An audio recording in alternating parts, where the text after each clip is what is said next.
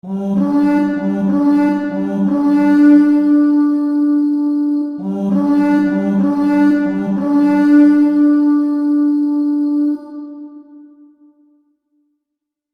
brothers and sisters of the Order, welcome back, and for this type of blade review we are actually looking at the Windless Steel Viking Dragon Axe. Now, many of you are wondering, Templar, why are you wearing the helmet? You already did a review. Well, in truth, I wanted to get it for of a Viking feel. Now, this is from Windless Steel. I bought this from Cult of Athena. This is their Viking Dragon Axe. Now, why is it called that? Kind of obvious. It actually has design edging on the blade on both of them, which is really cool. This is actually really cool because it has a really beautiful design of what the Vikings would have actually had on there. However, it would have been a little bit different somehow. Like the axe blade itself or head would have looked about like, well, darkened iron for the bog iron, while the entire inner part would have actually been overlaced with it. But in truth, you would not be able to see it. But still, though, this is a really good piece. Now, the axe entirely, the overall length is around 26.5 inches. Its edge length is about 4 3/4 of an inch. And, well, its weight is around 1 pound and 11.9 ounces. Now, as I said, I bought this from Cult of Athena, but I will leave links down below for y'all if any of y'all are interested. Now, its point of balance is right around here. Now, if you don't understand why the point of balance is all the way up here, it's because most of the metal is right here. So, it's not all like down the way like a sword is. So, yeah. Now, I do like this because it has a good feel of a cutting design to it. Now, in truth, I could probably also use this as like a throwing axe, but maybe not. Now, in truth, this is a type of Viking axe, kind of like a bearded Viking axe. However, bearded Viking axes had a little bit of a downward slope. So, this is not a Viking throwing axe, because Viking throwing axes were, well, it wouldn't have this bearded design on here. In truth, it would be something like about like that. So, yeah, just imagine the rest of the metal gone.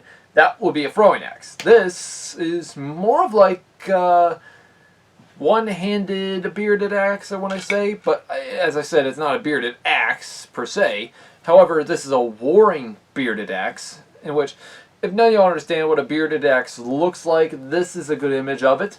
So, yeah. Now, what were bearded axes like this used for? Well, for one, say for example, I'm in a shield wall formation, and guess what? This axe can be perfect for hooking a shield and pulling at it. Or, better yet, it can just hook on me and pull me in the process. It can get my leg, it can get my arm.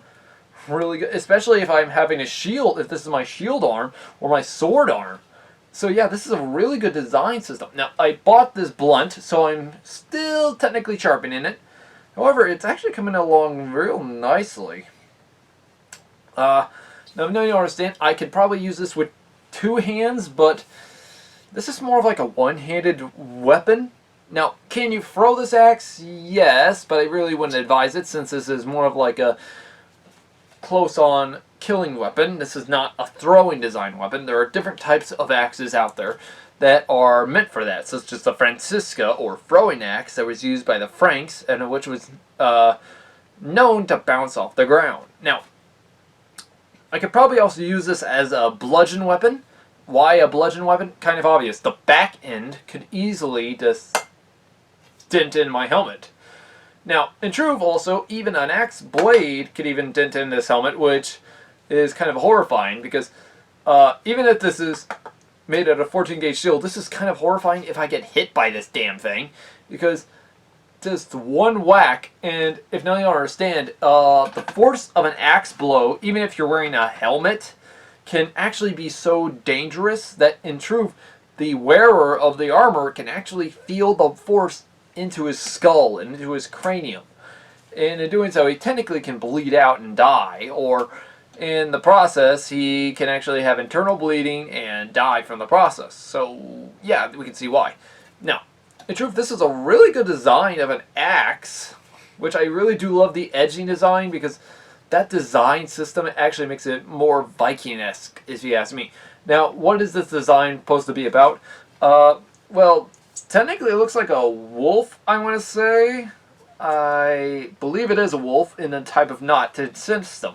So, what is the knotted system with a wolf? Well, since there are two of them, in truth, that actually could mean for Fenrir or Fenrir's children. If none of y'all know the sagas or the Norse Ragnarok, Fenrir, the wolf, is supposed to devour Odin, and as well Fenrir's children are supposed to devour the moon and the sun. So, yeah. But you can see why this is actually a really good design system on it.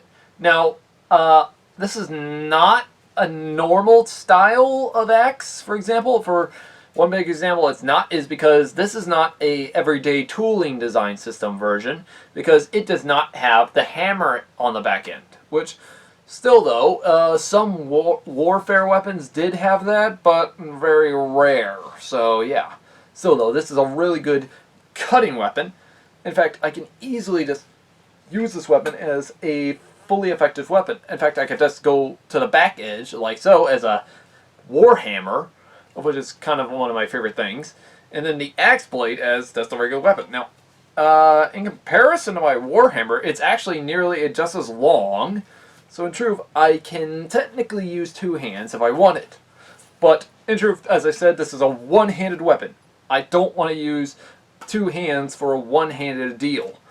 Now, because in truth, I wanted to buy this because of Assassin's Creed Valhalla is technically coming out soon, and I was technically wanting to actually show y'all a real-looking Viking axe, because if none of y'all understand what Viking axes look like, and if any of y'all are fans of, say, the show Vikings or stuff like that, here's the thing. You might want to get yourself out of the asshole of Hollywood, because in truth they do not know anything of accuracy at all. In fact, I have not seen one Viking warrior wearing a helmet, and I haven't seen that at all in Assassin's Creed Valhalla, which I'm kind of worried what the entire game would look like, because in truth, y'all know me, if it's a video game that's based in history, I am gonna play it.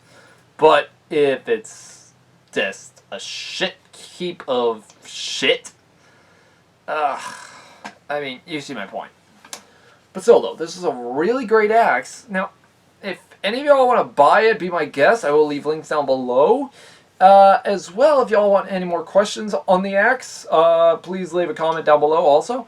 And as well, if any of y'all want me to actually start doing Viking armor ups, don't worry, I'll be doing that very soon. Though, I have to depend on the time period, I have to depend on the armor and such, so yeah, because it depends on the warrior and such like that. Anyways, like and subscribe. Also, click that bell button for notifications. Also, check out our Facebook page so that way you know of the next upcoming video. And as which, I will give y'all hints on the next video, but in a type of riddle form, meaning I'm not technically going to just reveal it. Anyways, guys, this has been Templar. Hopefully you found this helpful, and hopefully you see y'all buying something as cool as this. Anyways, guys, this has been Templar. Have a great day, and see y'all in the next one. Auf Wiedersehen.